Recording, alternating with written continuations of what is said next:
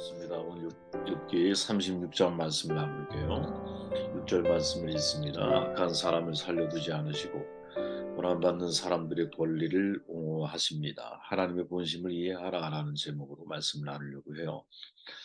우리가 어떠한 상황에 직면한다 할지라도 때로는 예기치 않은 고난, 또 겹치는 불행, 또 이해할 수 없는 여러 가지 크고 작은 사건들을 만나게 되었을 때 우리는 하나님의 본심이 무엇인가 여기에 집중해야 한다라는 거죠. 그래야 그 모든 어려움들을 바르게 해석하고 또 견뎌낼 수 있고 나중에는 극복할 수 있는 사람이 되는 게 아닐까 하는 생각을 해보았습니다. 욥기 36장에서 엘리후는 2절에 보니까 나를 잠깐 용납하라 내가 그대에게 보이리니 이는 내가 하나님을 위하여 아직도 할 말이 있습니다. 엘리후는 하나님을 위한다고 말을 시작을 하죠. 하나님을 위하는 마음으로 하나님을 대신해서 말하고 싶은 것 그것이 있다라고 고백을 합니다. 엘리후는 하나님을 대신하여 하나님의 마음을 전달하고자 하죠. 그런데 그가 말하고 있는 하나님의 마음, 그가 소개하고 있는 하나님의 마음은 과연 동의가 될 수 있는가라는 질문을 던지게 만든다라는 거예요. 여기서 얻을 수 있는 교훈이 뭘까? 두 가지로 저는 정론할 수 있다고 보는데 6절 말씀을 표준 세번역으로 읽어보니까 이렇게 해석을 해요. 표준 세번역은 번역이 잘 된 성경입니다. 악한 사람을 살려두지 않으시고 고난받는 사람들의 권리를 옹호하십니다. 이런 질문이 드는 거죠. 과연 악인을 살려두지 않으시는가라는 질문이죠. 정말 고난받는 사람들의 권리를 하나님은 옹호하고 계시는가? 엘리우는 정답을 말하는 것 같지만 이것은 현실적인 현실을 살아가고 있는 우리들에게 있어서는 정확한 하나님의 마음이라고 이해하기가 쉽지가 않다는 거죠. 정작 우리의 현실은 악인은 죽을 때까지 잘 살고 있고 고난받는 사람들은 불공정한 사회의 억울함을 경험하고 있죠. 그죠? 오히려 가지지 못한 자가 더 압제를 당하는 시대를 지난 우리 모든 역사를 통해서 시대마다 나라마다 우리는 발견하지 않습니까? 하나님을 위한다라는 인류의 말은 부분적으로는 진실이지만 전체적으로는 진실이라고 말할 수 없는 것이죠. 우리는 한편으로 그래 착하게 살아야지 이런 도덕적인 감정이 있어요. 또 한편으로는 내가 조금 나쁜 짓을 하더라도 저런 부귀영화를 누려봤으면 하는 현실적인 소원이 교차하고 그래서 우리를 갈등하게 만드는 거죠. 여기에 이생의 삶이 전부라고 하는 예를 들어서 쾌락주의, 세속주의까지 가세를 해버리면 현실에 타협하지 않을 수가 없는 것이 우리의 현실적인 삶이라고 저는 생각을 해요. 왜 의로운 사람보다 악한 자들이 더 떵떵거리고 부유하게 살아가는 것인지, 왜 악인이 형통하는 것처럼 보이는 것인지, 사실 이 질문은 우리 자신에게 먼저 물어야 된다고 제가 전에 말씀을 드렸죠. 우리는 왜 악인이 형통하는 사회를 용인하고 있고 정의로운 삶을 말하면서 악인의 형통함을 마음으로 내심 부러워하고 있고 선으로 악에 맞서기보다는 이런 애가 선을 버리고 악을 선택하며 살아가는 사람들이 많을까? 이게 우리의 현실이라는 거죠. 신학적인 질문을 던져보면 왜 하나님은 악인의 형통을 내버려 두시는가? 이 질문에 대한 고전적인 대답이 두 가지가 있는데 첫째는 하나님은 악인의 형통을 그저 관망하지 않으신다라는 답이죠. 하나님은 악인을 역사로 심판하세요. 비록 악인들이 흥화하는 것처럼 보이지만 역사는 악인들을 심판하고 부의와 부정을 넘어서 자유를 향해 나아가죠. 그죠?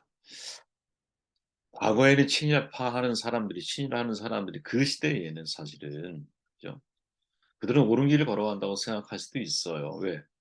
신문화를 받아들이고 근대화를 이루려면 그런 역사에 편입하는 것이 매우 중요하다고 생각할 수 있겠죠. 그러나 시간이 지나 보면 그들이 행했던 모든 삶의 과정이 들추어지잖아요. 그죠? 악인의 형통을 그저 하나님은 관망하지 않는다라는 거죠. 인간으로부터 시작해서 한없이 성장해 나아가는 상향적인 역사가 아니라 하나님의 미래로부터 이 세상 안에 돌입해 들어오시는 하나님의 나라의 역사가 악인을 심판해서 인류의 역사를 정화시킨다라는 것. 이것이 신학적으로 우리가 이해하고 있는 것. 두 번째는 기독교는 죽은 자들의 부활을 신앙하잖아요, 우리는. 역사 내의 심판이 이루어지지 않는다면 완전한 성취, 언제 부활 때에 이루어진다라고 믿고 있죠, 우리는. 그죠? 그렇게 이 믿음을 가지고 세상을 바라보는 사람은 잠시의 악인의 형통에 대해서 우리는 일희일비하지 않을 수 있다라는 거죠. 그 문제는 반드시 하나님의 때에 결정적인 순간이 되었을 때 정돈이 되는 때가 분명히 있다. 이 믿음을 가지고 우리는 살아야 한다라는 거지. 그렇게 악인의 형통을 목도하는 그리스도인은 어떻게 살아야 할까? 정돈해 보면 악인의 형통을 부러워해서도 안 되지만 정의롭고 선한 길을 무의미하게 여겨서 포기하면 안 된다라는 거죠. 오히려 악인의 형통은 우리 시대와 하나님의 약속된 미래 사이의 불일치, 갈등으로 이해를 해야 한다라는, 우리가 해결해야 할 문제라는 거지 사실은. 왜? 인간의 죄성에서부터 시작이 되는 것이니. 하나님의 나라는 아직 성취되지 않았어요. 그죠? 하나님의 뜻은 온전히 실현되지 못했어요. 따라서 악인의 형통 앞에서 우리는 어서 주의 나라가 오시옵소서. 뜻이 하늘에서와 같이 땅에도 이루어집니다. 이 믿음을 가지고 사실은 이 세상을 바라볼 필요가 있다라는 거죠. 그죠? 전에 제가 말씀 나눴던 것처럼 하나님의 국률하심은 악인을 부끄럽게 함으로써 그를 심판하고 또한 구원의 기회를 그가 생애 동안 살아있는 동안 주시려고 하는 것이 아닐까. 우리가 가인과 아벨 지난 시간에 말씀을 함께 나누었잖아요. 아벨의 죽음에 대해서 하나님이 침묵하시고 가인의 죄에 대한 심판보다는 가인을 보호하시는 모습을 성경은 우리에게 소개하고 있어요. 이게 굉장히 불편한 사건이거든요. 왜? 아니 아벨의 죽음이 아벨의 헤벨의 뜻이 있는데 너무 허무하잖아. 너무 허무해. 그런데 너무 허무한 것 반면에 가인을 보호하시는 하나님을 보면 너무나 억울하잖아요. 그죠? 그런데 이때 어느 목사님이 질문을 던진 거예요. 야, 가인을 보호하시고 아벨에 대해서 아무런 어떤 정의를 실현하지 않는 하나님의 모습을 보면서 야, 과연 이게 불편하면 왜 불편한 것일까? 라고 질문을 던져다 보니까 자기 자신이 가인이라 아벨이라고 생각하는 사람은 가인을 보호하시는 하나님이 불편한 것이고 자기 자신을 가인이라고 생각하는 사람은 가인을 보호하시는 하나님이 은혜의 하나님이 되는 거죠. 우리가 악인의 형통에 대해서 여러분 어떤 불편한 마음을 가지고 있을까 돌아보면 내가 악인일 수 있다는 생각을 해봐야 되는 거. 그죠? 내가 악인일 수 있구나. 근데 내가 의인이라고 생각을 하니까 악인의 형통에 대해서 부러워하는 거지. 불편해하는 거죠. 불편해하는 거지. 우리가 할 수 있는 것은 끊임없이 이 세상을 살아가면 나도 역시 저 사람처럼 악한 행동을 할 수 있는 죄인이라는 사실을 인식하면서 그에게 기회를 주시는 하나님의 국률하심의 마음을 그 마음을 우리가 자꾸 봐야 한다라는 거죠. 그래야 우리의 정의가 사람을 죽이지 않아요. 21절 마음을 볼게요. 21절 악한 마음을 품지 않도록 조심하십시오. 어른께서는 지금 고통을 겪고 계십니다마는 이 고통이 어른을 악한 길로 빠지지 않도록 지켜줄 것입니다. 과연 고통이 악한 길의 가로막인가? 던져야 할 질문이라는 거죠.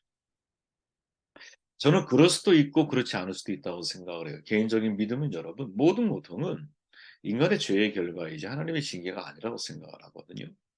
하나님이 선을 행하기 위해서 고통을 도구로 사용하신다? 아니요. 저는 이런 생각은 하지 않아요.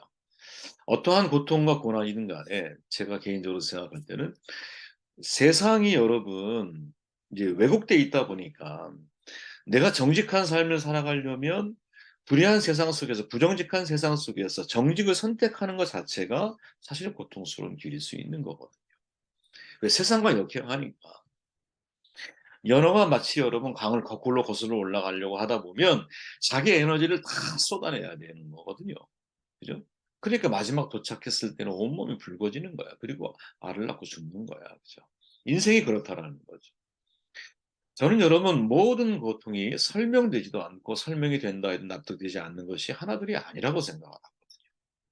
그래서 누구나 여러분 설명되지 않고 설명할 수도 없는 고통과 고난의 문제 때문에 신앙의 진통을 경험해 보지 못한 사람은 제가 볼 때 그 사람은 진짜 신앙인이 아닐 수 있다고 봐요. 한 번도 회의에 빠지지 않았다? 그런 일은 있을 수 없다고 저는 봐요. 미국의 성서학자 바타 아만이라고 하는 분이 계시죠.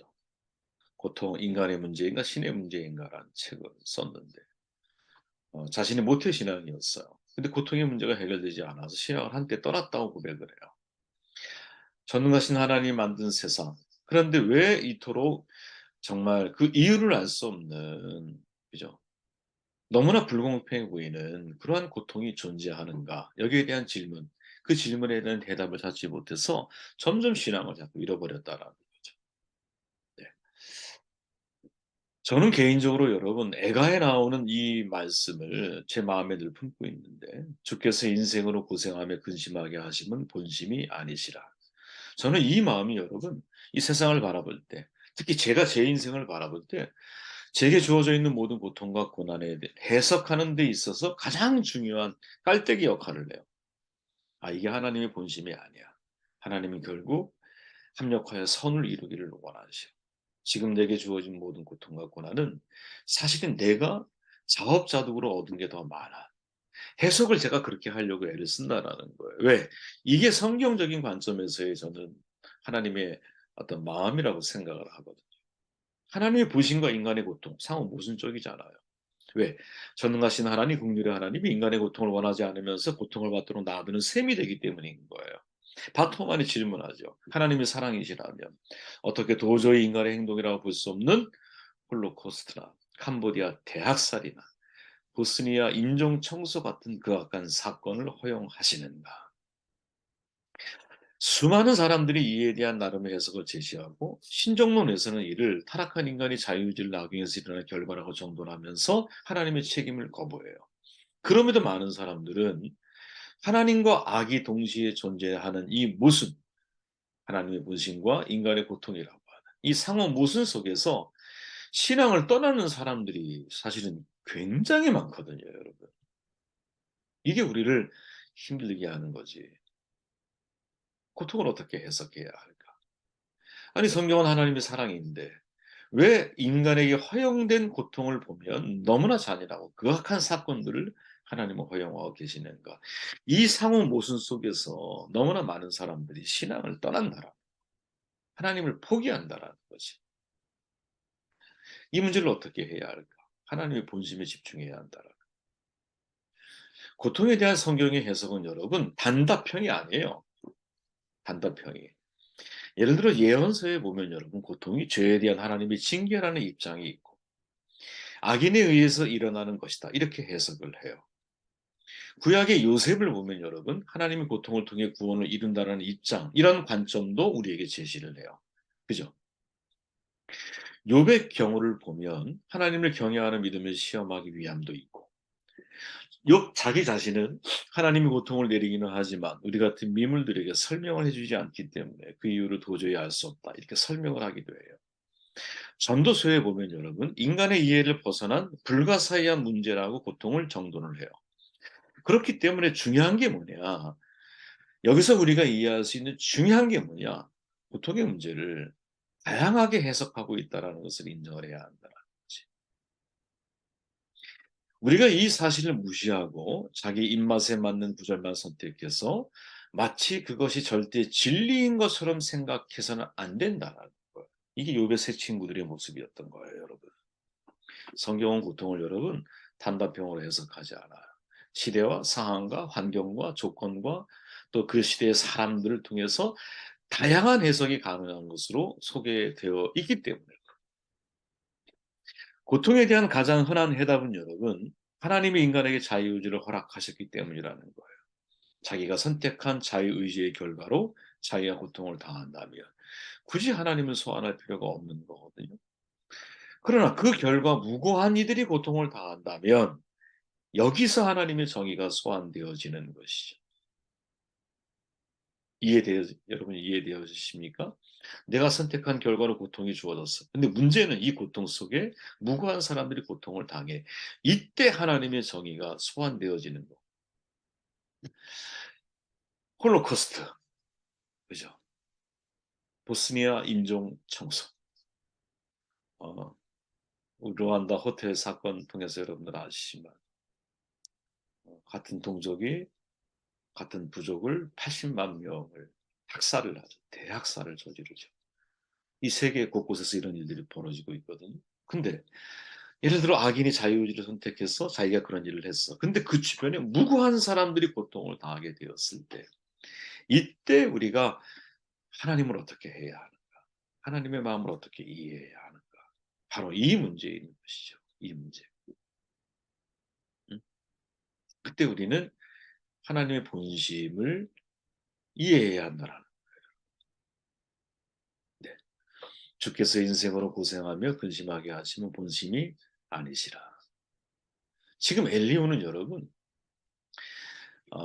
고통이 어른을 악한 길로 빠지지 않도록 지켜주실 겁니다라고 고통에 대해서 마치 그게 악한 길을 가로막이 될 거라고 하는 어떤 그 고통에 대한 나름의 해석을 욥의 고통을 받고 있는 것은 나름의 해석을 하고 있지만 사실은 이 해석이 욥에는 적합한 게 아니죠. 왜 그러냐면 욥은 이 이전에 하나님이 그를 의로운 삶을 살아온 사람이라고 인정했듯이 내가 악한 길을 걸어갔기 때문에 하나님이 나에게 고통을 준 게 아니라는 거거든. 그 사실은 엘리후가 해석하고 있는 욥의 인생에 대한 해석은 욥에게는 더 큰 고통인 거예요. 그죠? 더 큰 괴로움인 거예요.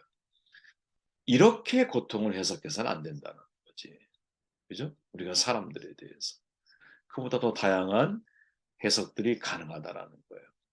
그리고 정말 우리가 해줘야 할 것은 뭐냐면 내가 굳이 상대의 고통에 대해서 이해하지 못하고 있을 때 왜 저런 이유가 원인이 주어졌는지, 왜 저런 결과를 경험하고 있는지 그것을 내가 이해하지 못하고 있을 때는 하나님의 본심을 말하는 게 맞는 거라는 거죠. 하나님의 본심은 네가 고생하고 고통당하는 것, 모든 인간이 고생하며 근심하며 인생을 살아가는 것, 이거 하나님이 원하는 게 아니다. 하나님이 원하는 게 아니다. 하나님은 모든 사람이 사실은 행복하길 원하시잖아요. 그렇죠? 아쉬레라 그러죠. 아쉬레. 복이 있는 사람은 이렇게 이야기할 때 아쉬레. 이 말은 bless거든. bless. 진짜 모든 사람이 복 받기를 원하고 계시거든요. 복된 길을 걸어가기를 원하시거든요. 이 마음을 놓치지 않고 우리가 고통에 대한 단답형의 진술보다는 다양한 성경의 해석들이 가능하기 때문에 타인의 고통의 문제에 대해서 함부로 내가 하나님의 마음을 대신 전달하려고 하는, 그죠? 하나님의 마음을 대신하려고 하는, 하나님을 위하여 엘리후가 말을 하는 거거든요. 근데 우리가 하나님을 위하여 할 수 있는 말은 여러분 하나님의 본심을 전달하는 거지, 본심을. 네, 고통에 대한 나름의 해석이 아니라 이런 은혜가 우리 가운데 있기를 주의 이름으로 축원합니다.